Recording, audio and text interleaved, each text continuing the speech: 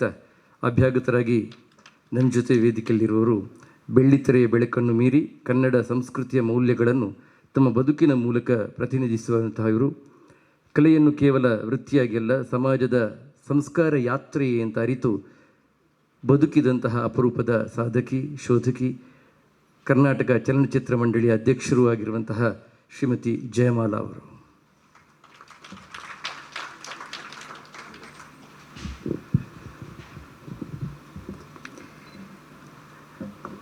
ವೇದಿಕೆ ಮೇಲಿರ್ತಕ್ಕಂಥ ಪೂಜ್ಯರಿಗೆ ನನ್ನ ನಮಸ್ಕಾರವನ್ನು ಹೇಳ್ತಾ, ಈವರೆಗೂ ಅದ್ಭುತವಾದಂಥ ಅನುಭವವನ್ನು ಕಟ್ಟಿಕೊಟ್ಟು ಅವರ ಜೀವನದ ಸಾರವನ್ನು ನಮ್ಮೊಂದಿಗೆ ಹಂಚಿಕೊಂಡ್ರು ಅಂಥ ಶ್ರೇಷ್ಠರು ಈ ವೇದಿಕೆಯಲ್ಲಿದ್ದಾರೆ. ಅವರೆಲ್ಲರಿಗೂ ಕೂಡ ನಾನು ನಮಿಸ್ತಾ, ವೇದಿಕೆ ಮುಂದೆ ಇರ್ತಕ್ಕಂಥ ಎಷ್ಟು ಸಹನೆಯಿಂದ ತಾವೆಲ್ಲರೂ ಕೂತಿದ್ದೀರಾ. ನಾನು ಇಂಥ ಒಳ್ಳೆಯ ಸಭಿಕರನ್ನು ಇದುವರೆಗೂ ಕೂಡ ನೋಡೇ ಇಲ್ಲ. ಎಲ್ಲರಿಗೂ ನಮಸ್ಕಾರ. ಮಾತ ಎನ್ನ ತುಳು ಬಾಂಧವರಿಗೆ ಎನ್ನ ನಮಸ್ಕಾರ. ಸ್ವಲ್ಮೇಲು ಬನ್ನಂಜೆ ಗೋವಿಂದಾಚಾರ್ಯರ ಬಗ್ಗೆ ಮಾತಾಡಬೇಕು ಅಂತ ವೀಣಾ ಬನ್ನಂಜೆಯವರು ನನಗೆ ಫೋನ್ ಮಾಡಿದಾಗ ನಾನು ಅವರಲ್ಲಿ ಒಂದೇ ಒಂದು ಮಾತನ್ನು ಹೇಳಿದೆ, ನನಗೆ ಯೋಗ್ಯತೆ ಇಲ್ಲ ಅವ್ರ ಬಗ್ಗೆ ಮಾತಾಡೋಕ್ಕೆ. ನನ್ನನ್ನು ಯಾಕೆ ಕರಿತೀರಾ? ಅಂಥ ಶ್ರೇಷ್ಠ ಸಾಧಕರು, ಅವರೆಲ್ಲ ನಡೆದಾಡೋ ದೇವರುಗಳಾಗಿದ್ದಂಥವ್ರು, ದೇವರಾಗಿ ಇರುವಂಥವ್ರು, ಇಡೀ ವೇದವನ್ನು ಅರ್ದು ತೇದಿ ಕುಡಿದಿರ್ತಕ್ಕಂಥವ್ರು. ಅವ್ರ ಬಗ್ಗೆ ನಾನು ಮಾತಾಡಬೇಕು ಅಂತಂದರೆ ನನಗೆ ಯಾವ ಶಕ್ತಿ ಇದೆ? ನನಗೆ ಹೆದರಿಕೆ ಆಗುತ್ತೆ. ಇದೇ ಮಾತನ್ನು ನಾನು ಹೇಳಿದೆ. ಇಲ್ಲ, ತಾವು ಬರಬೇಕು, ಇಲ್ಲಿ ಬಂದು ಒಂದೆರಡು ಮಾತುಗಳನ್ನು ಆಡಿ ಅಂತ ಬಹಳ ಪ್ರೀತಿಯಿಂದ ವೀಣಾ ಅವರು ಹೇಳಿದ್ರು. ನನಗೆ ವೀಣಾ ಅವ್ರ ಬಗ್ಗೆ ಅಪಾರ ಗೌರವ. ಬನ್ನಂಜೆ ಗೋವಿಂದಾಚಾರ್ಯರು ಬಗ್ಗೆ ನನಗೆಷ್ಟು ಗೌರವ ಇದೆಯೋ, ವೀಣಾ ಬಗ್ಗೆನೂ ನನಗಷ್ಟೇ ಗೌರವ ಇದೆ. ನಾನು ಚಿತ್ರರಂಗದಿಂದ ಬಂದಿರತಕ್ಕಂಥವಳು. ಆದ್ದರಿಂದ ಚಲನಚಿತ್ರರಂಗಕ್ಕೆ ಪೂಜ್ಯ ಬನ್ನಂಜೆ ಗೋವಿಂದಾಚಾರ್ಯರು ನೀಡಿರ್ತಕ್ಕಂಥ ಕೊಡುಗೆಯ ಬಗ್ಗೆ ನಾನು ಮೊದಲು ಒಂದೆರಡು ಅಕ್ಷರ ಹೇಳಲಿಕ್ಕೆ ಇಷ್ಟಪಡ್ತೇನೆ. ಬನ್ನಂಜೆಯವರು ಭಾರತೀಯ ಚಿತ್ರರಂಗಕ್ಕೆ ನೀಡಿದಂತಹ ಅತ್ಯಂತ ಮಹತ್ವದ ಕೊಡುಗೆ ಅಂತಂದರೆ 1993ರಲ್ಲಿ ತಯಾರಾದಂತಹ ಭಗವದ್ಗೀತೆ, ಅದು ಸಂಸ್ಕೃತ ಚಲನಚಿತ್ರ. ಆ ಚಲನಚಿತ್ರದಲ್ಲಿ ಅವರು ಕಥೆಯನ್ನು ಕೂಡ, ಚಿತ್ರಕಥೆಯನ್ನು ಬರೆದು ಸಂಭಾಷಣೆಯನ್ನು ಕೂಡ ನೀಡಿದ್ದಾರೆ. ನಿಜಕ್ಕೂ ಹಾಗೆ ಅದಕ್ಕೆ ರಾಷ್ಟ್ರ ಪ್ರಶಸ್ತಿ ಬರುತ್ತೆ.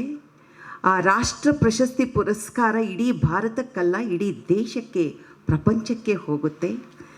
ಹಾಗೆ ಶ್ರೀಮದ್ ಭಾಗವತ ಕೂಡ 83-86ರಲ್ಲಿ ಅನಿಸುತ್ತೆ, ಆ ಚಿತ್ರಕ್ಕೂ ಕೂಡ ರಾಷ್ಟ್ರ ಪ್ರಶಸ್ತಿಯನ್ನು ಪಡ್ಕೊಂಡಿದ್ದಾರೆ.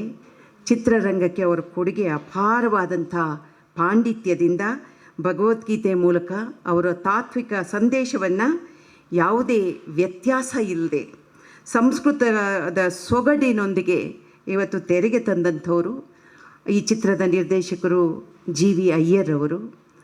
ಭಾಳ ಸೊಗಸಾದ ಚಿತ್ರ. ಆ ಚಿತ್ರ ಅವರ ಕೊಡುಗೆ ಒಂದು ರೀತಿಯಲ್ಲಿ ಭಾರತೀಯ ಸಂಸ್ಕೃತಿ ಮತ್ತು ಅವರ ಆಧ್ಯಾತ್ಮಿಕತೆ ಹಾಗೂ ಶಾಸ್ತ್ರೀಯ ಸಾಹಿತ್ಯವನ್ನು ವಿಶ್ವದ ಮುಂದೆ ಸಿನಿಮಾ ಮಾಧ್ಯಮದ ಮೂಲಕ ಅವರು ಪರಿಚಯಿಸಿದಂತಹ ಕೀರ್ತಿ ಅವರಿಗೆ ಸಲ್ಲುತ್ತೆ. ನಮಗೆ ಹೆಮ್ಮೆ. ನಮ್ಮ ಚಿತ್ರರಂಗಕ್ಕೆ ಅವರು ಕೂಡ ಎಷ್ಟೋ ಕ್ಷೇತ್ರವನ್ನು ಅವರು ಎಲ್ಲ ಕ್ಷೇತ್ರದಲ್ಲೂ ಕೈ ಹಾಕಿದ್ದಾರೆ. ನಮ್ಮ ಕ್ಷೇತ್ರಕ್ಕೂ ಕೂಡ ಅವರು ಕೊಡುಗೆಯನ್ನು ನೀಡಿ ನಮ್ಮ ಸಿನಿಮಾ ರಂಗವನ್ನು ಒಂದು ಪುಣ್ಯದ ಹಾದಿಗೆ ತಗೊಂಡು ಹೋಗಿದ್ದಾರೆ. ನನ್ನ ಸಾಷ್ಟಾಂಗ ನಮಸ್ಕಾರ ಅವರಿಗೆ. ಒಂದು ಮಾತು ಹೇಳ್ತಾರೆ, ನಮ್ಮಲ್ಲಿ ಸುಗಂಧಭರಿತವಾದಂಥ ವಸ್ತನ್ನು ಯಾವುದೇ ಒಂದು ಚೀಲದಲ್ಲಿಟ್ಟರೂ ಕೂಡ ಆ ಚೀಲ ಆ ಸುಗಂಧವನ್ನು ಪಡ್ಕೊಳ್ಳುತ್ತೆ ಅಂತ, ಅಂದರೆ ಆ ಸುಗಂಧಭರಿತವಾಗಿ ಆ ಚೀಲ ಕೂಡ ಇರುತ್ತೆ ಅಂತ. ಹಾಗೆ ಹೂವಿನ ಜೊತೆ ನಾರು ಕೂಡ ಸ್ವರ್ಗಕ್ಕೆ ಹೋಗುತ್ತೆ ಅಂತ ಹೇಳ್ತಾರೆ. ಹಾಗೆ ಈ ಜಗತ್ತಿನಲ್ಲಿ ಕೂಡ ಎಷ್ಟೋ ಜನ ಹುಟ್ಟುತ್ತಾರೆ, ಎಷ್ಟೋ ಜನ ಇತಿಹಾಸವನ್ನು ಬರೀತಾರೆ, ಎಷ್ಟೋ ಜನ ಬಹಳ ಮನೆಯರು ಕಾಲವನ್ನು ಮೀರಿ ಅವರು ತಲೆಮಾರುಗಳನ್ನು ರೂಪಿಸ್ತಾರೆ. ಹಾಗೆ ಕಾಲವನ್ನು ಮೀರಿ ತಲೆಮಾರುಗಳನ್ನು ರೂಪಿಸಿದಂಥವರು ಪೂಜ್ಯರಾದಂಥ ಬನ್ನಂಜೆ ಗೋವಿಂದಾಚಾರ್ಯರು. ಭಾಷೆ ಕೇವಲ ಸಂವಹನಕ್ಕೆ ಮಾತ್ರ ಅಲ್ಲ, ಭಾಷೆ ಸಂಸ್ಕೃತಿಯ ಉಸಿರು ಅನ್ನುವಂಥದ್ದನ್ನು ಅವರು ಹೇಳಿಕೊಟ್ಟಂಥವರು, ಅವರ ಕೃತಿಗಳ ಮೂಲಕ ನಮಗೆ ತೋರಿಸಿಕೊಟ್ಟಂಥ ಶ್ರೇಷ್ಠರು. ನಾವಿವತ್ತು ಯಾವ ಕಾಲದಲ್ಲಿದ್ದೀವಿ? ಇವತ್ತು ಆರ್ಟಿಫಿಷಿಯಲ್ ಇಂಟೆಲಿಜೆನ್ಸ್ ಬಗ್ಗೆ ನಾವು ಮಾತಾಡ್ತೀವಿ. ಅದು ಡಿಜಿಟಲ್ ಯುಗ ಬಂದಿದೆ, ತಂತ್ರಜ್ಞಾನ ಯುಗದಲ್ಲಿ ಇವತ್ತು ಈ ವೇಗದ ನಡುವೆ ನಮ್ಮ ಬೇರುಗಳೇ ಅಲ್ಲಾಡುತ್ತೆ. ನಾವು ನಡೆದು ಬಂದಂಥ ನಮ್ಮ ಸಂಸ್ಕೃತಿ, ನಮ್ಮ ಕಲ್ಚರ್ಗೆ ಪೆಟ್ಟಾಗುವಂಥ ಸಂದರ್ಭದಲ್ಲಿ ಒಂದು ಮಾತನ್ನು ಬನ್ನಂಜಿಯವರು ಹೇಳ್ತಾರೆ, ನೀವು ಆಧುನಿಕತೆಯನ್ನು ಪ್ರೀತಿಸಿ ಅಪ್ಕೊಳ್ಳಿ, ಆದರೆ ನಮ್ಮ ಸಂಸ್ಕೃತಿಯ ಬೇರನ್ನು ಗಟ್ಟಿಯಾಗಿಟ್ಕೊಳ್ಳಿ. ಅವರ ಬದುಕು ನಮಗೆ ಇನ್ನೊಂದು ಅಮೂಲ್ಯವಾದ ಸಂದೇಶವನ್ನು ನೀಡುತ್ತೆ. ಕಲಿಯುವುದನ್ನು ಯಾವತ್ತೂ ಕೂಡ ನಿಲ್ಲಿಸಬೇಡಿ. ಕಲಿಕೆ ನಿಂತು ಹೋದ ಕ್ಷಣ ನಮ್ಮ ಬೆಳವಣಿಗೆಗಳೇ ನಿಲ್ಲುತ್ತೆ ಎನ್ನುವಂಥ ಮಾತನ್ನು ಹೇಳಿದ್ದಾರೆ ಬನ್ನಂಜಿಯವರು. ಇವತ್ತಿನ ದಿನ ನಾನು ಮಾತಾಡಲಿಕ್ಕೆ ಶಕ್ತಳಲ್ಲ. ನನಗೆ ಬನ್ನಂಜೆ ಸಾರ್ದು ನಾನು ನೋಡಿರ್ತಕ್ಕಂಥದ್ದು ಯೂಟ್ಯೂಬ್ ತೆಗೆದು ಒಂದಷ್ಟು ಪೂಜೆಗಳ ಬಗ್ಗೆ ಅವರು ಹೇಳಿರ್ತಕ್ಕಂಥ ಮಾತುಗಳನ್ನು ಮತ್ತು ಅವರು ಭಗವದ್ಗೀತೆಗಿಂತನೂ ನನಗೆ ಭಾಳ ಹತ್ತಿರವಾಗಿರ್ತಕ್ಕಂಥದ್ದು ನಮ್ಮ ವಿಷ್ಣುವಿನ ಸಹಸ್ರನಾಮವನ್ನು ಒಂದೊಂದು ಎಳೆಯಾಗಿ ಹೇಳಿರ್ತಕ್ಕಂಥ ಅನೇಕ ಮಾತುಗಳು ಅದು ನಂಗೆ ತುಂಬ ಇಷ್ಟವಾಗಿತ್ತು. ಬದುಕಿನ ಸಾರವನ್ನು, ಸತ್ಯವನ್ನು, ಜನರನ್ನು ಅತ್ಯಂತ ಹತ್ತಿರದಲ್ಲಿ ಇಟ್ಟು ಜನರಿಗೆ ಸಹಾಯ ಆಗುವ ಹಾಗೆ ಅವರು ನೋಡಿರ್ತಕ್ಕಂಥದ್ದು. ನನಗೆ ಆ ಮಾತು ಇವತ್ತು ಲಕ್ಷಾಂತರ ಜನರಿಗೆ ಅರ್ಥ ಆಗುವಂಥ ಭಾಷೆಯಲ್ಲಿ ಅವರು ತತ್ವಶಾಸ್ತ್ರವನ್ನು ಸಾಮಾನ್ಯ ಮನುಷ್ಯನ ಬದುಕಿಗೆ ಹತ್ತಿರ ತಂದವರು ಬನ್ನಂಜೆ ಪೂಜ್ಯರು. ಆದ್ದರಿಂದ ನನಗೆ ತುಂಬ ಸಂತೋಷ ಆಗುತ್ತೆ.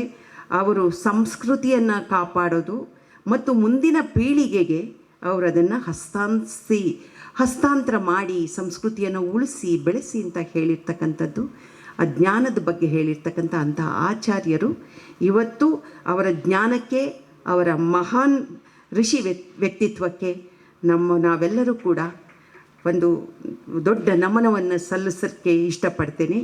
ನನ್ನನ್ನು ಈ ಒಂದು ದೊಡ್ಡ ವೇದಿಕೆಗೆ ತಾವೆಲ್ಲರೂ ಮಾತಾಡಿರ್ತಕ್ಕಂಥ ಮಾತನ್ನು ಜೀರ್ಣಿಸ್ಕೊಳ್ಳೋಕ್ಕೆ ಕೂಡ ನನಗೆ ಸಾಧ್ಯವಾಗದಂಥ ಸಂದರ್ಭದಲ್ಲಿ ನನ್ನನ್ನು ಕರೆದು ಒಂದೆರಡು ಮಾತುಗಳನ್ನು ಹೇಳಿ ಅಂತ ಹೇಳಿದ್ದಕ್ಕೆ ಮತ್ತೊಮ್ಮೆ ವೀಣಾ ಬನ್ನಂಜೆಯವರಿಗೆ ನನ್ನ ಹೃತ್ಪೂರ್ವಕವಾದಂಥ ಅಭಿನಂದನೆಗಳನ್ನು ಹೇಳ್ತಾ ನನ್ನ ಮಾತನ್ನು ಮುಗಿಸ್ತೇನೆ. ನಮಸ್ಕಾರ.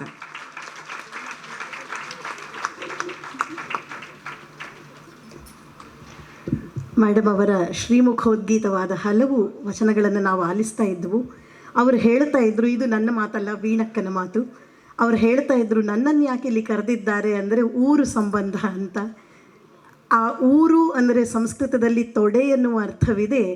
ಯಾವ ತೊಡೆ ಎಂದರೆ ತಾಯಿಯ ತೊಡೆ ಅದು. ಹಾಗಾಗಿ ಮಡಿಲಿನ ಅವಿನಾಭಾವ ಸಂಬಂಧ ನಮ್ಮದು ಅನ್ನುವ ಹಾಗೆ ಅಷ್ಟು ಚಂದದ ಮಾತನ್ನು ವೀಣಕ್ಕ ಹೇಳಿದ್ದಾರೆ.